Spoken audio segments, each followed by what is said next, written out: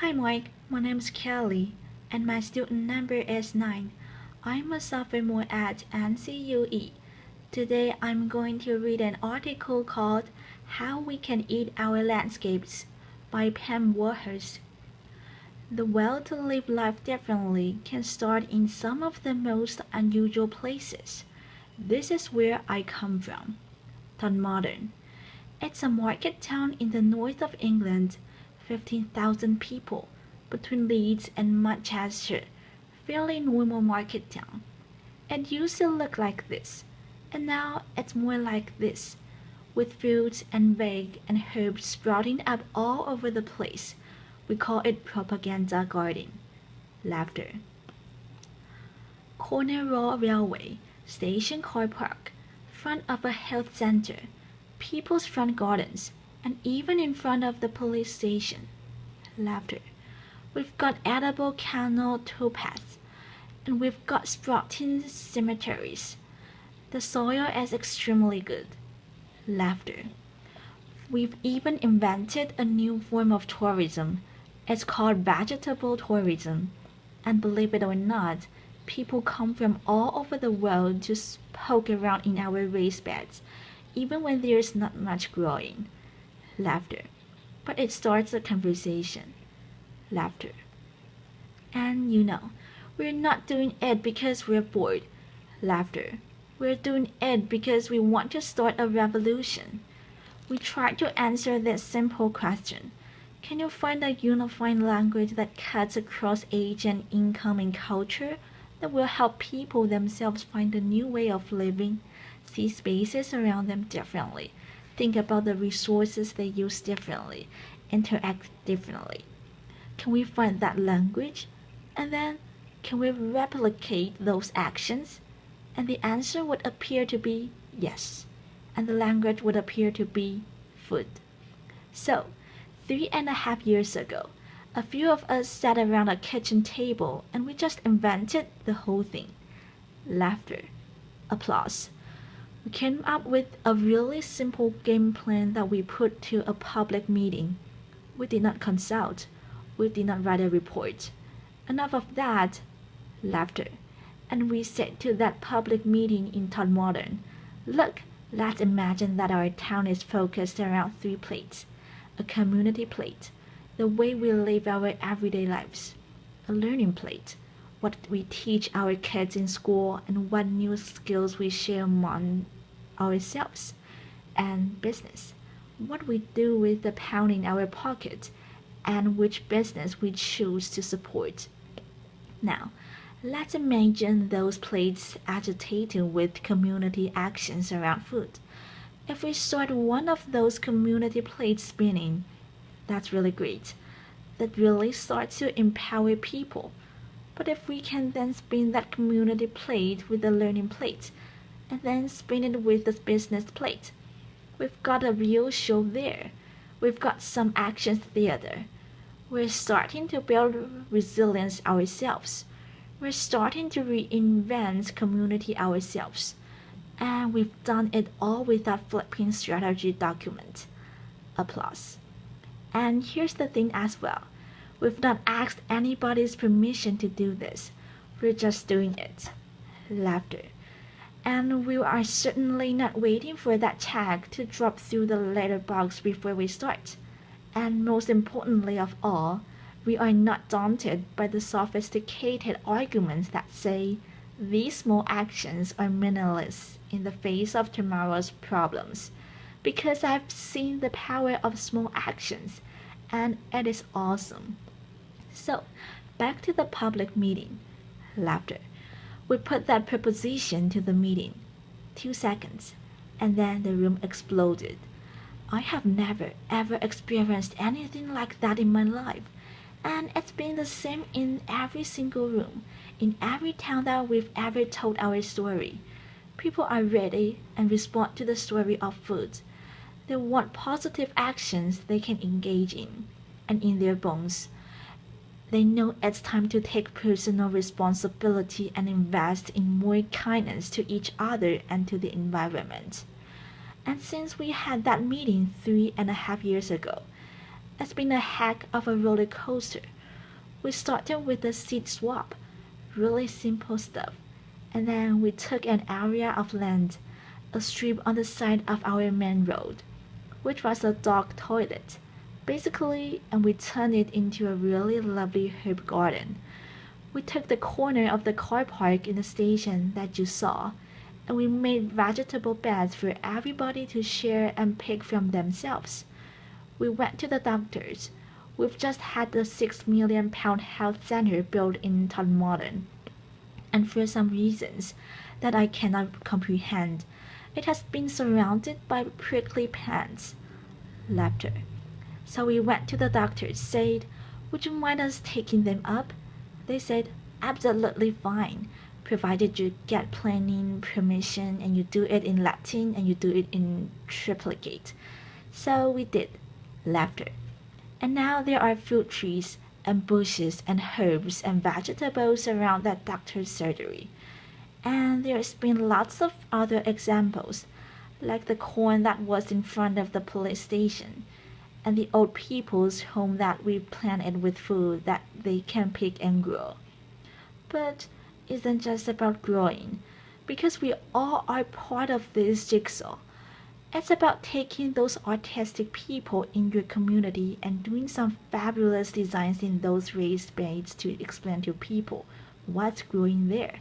Because there are so many people that don't really recognize a vegetable unless it's in a bit of plastic with a bit of an instruction packet on the top.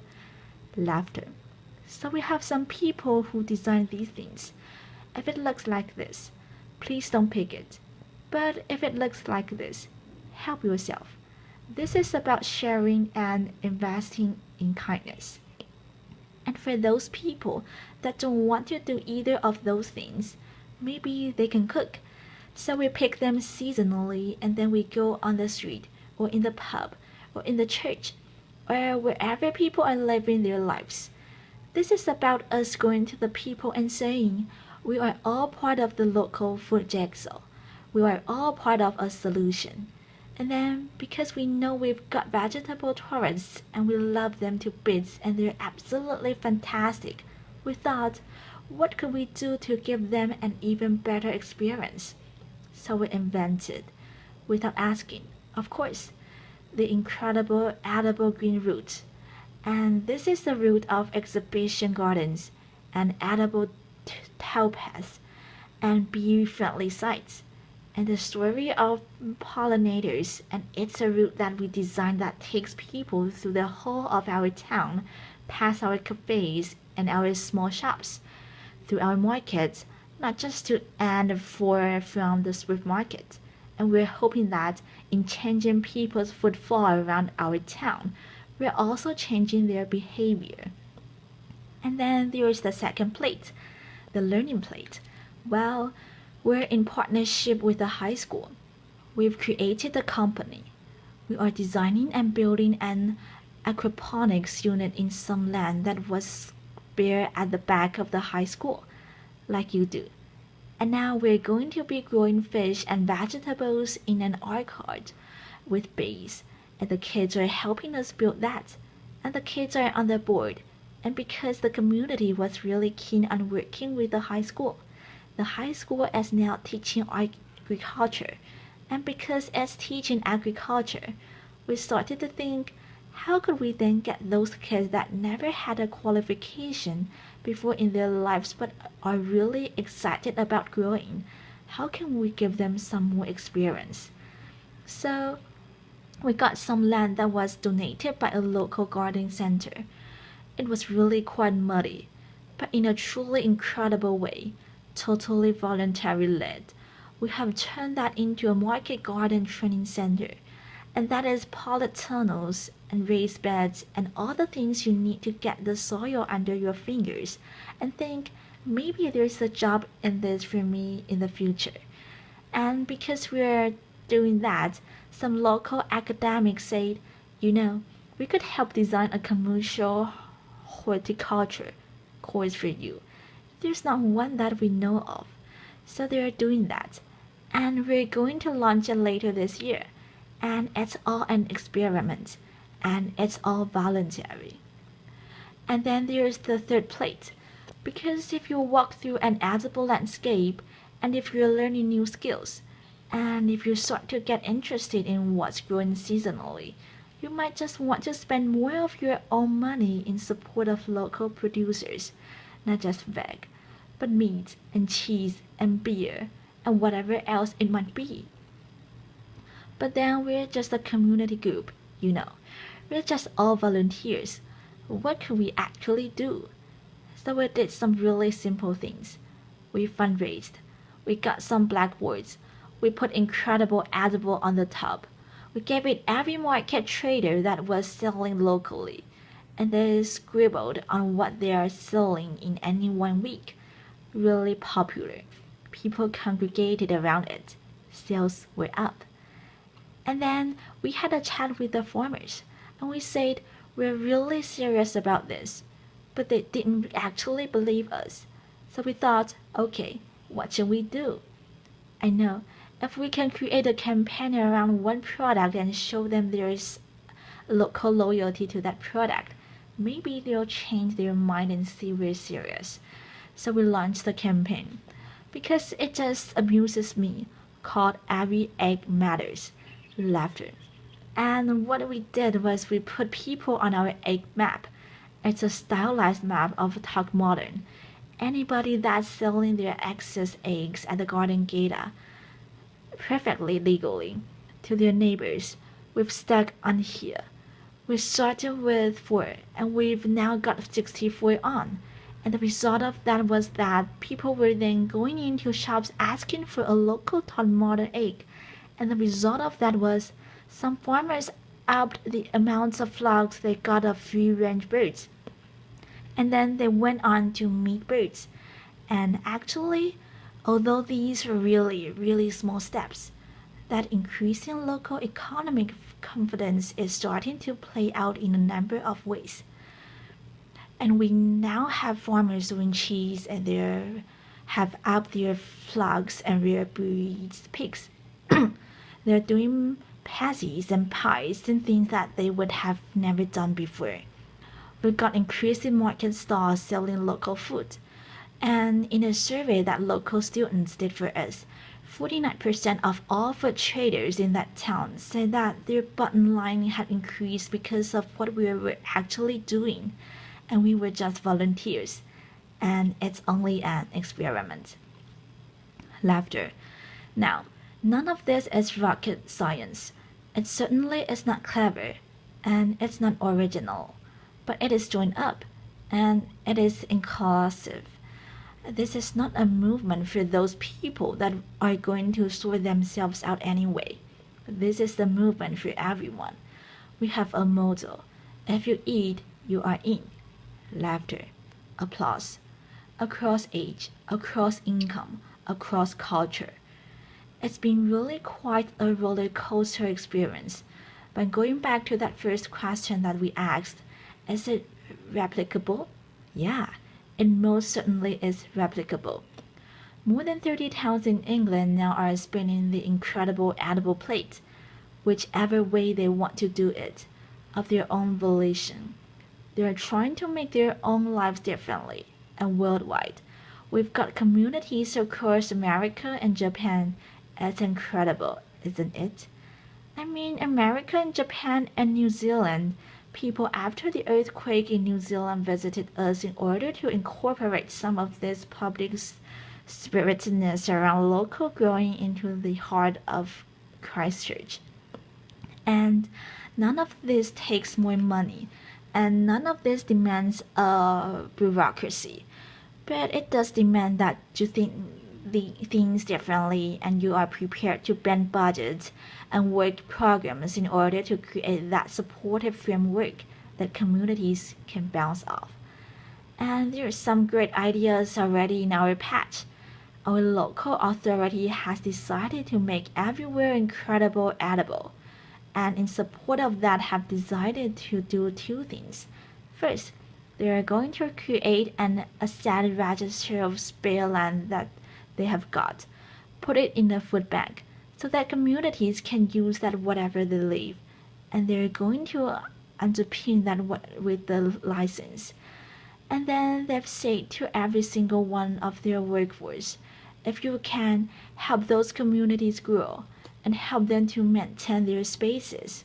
Suddenly, we're seeing actions on the ground from local government. We're seeing this mainstreamed. We are responding creatively at last to what is real demanded of us. And there's lots more you could do. I mean, just to list a few. 1. Please stop putting prickly plants around public buildings. It's a waste of space. Laughter. Secondly, please create edible landscapes so that our children start to walk past their foot day in, day out, on our high streets, in our parks, wherever that might be. Inspire local planners to put the food sites at the heart of the town and the city plan, not relegate them to the edges of the settlements that nobody can see. Encourage all our schools to take this seriously. This isn't a second-class exercise. If we want to inspire the farmers of tomorrow, then please let us say to every school, create a sense of purpose around the importance to the environment. Local food and source, put that at the heart of your school culture, and you will create a different generation. There are so many things you can do, but ultimately this is about something really simple. Through an organic process, through an increasing recognition of the power of small actions, we are starting at last to believe in ourselves again, and to believe in our capacity, each and every one of us, to build a different and a kinder future. And in my book, that's incredible. Thank you. Applause. Applause. Thank you very much. Applause.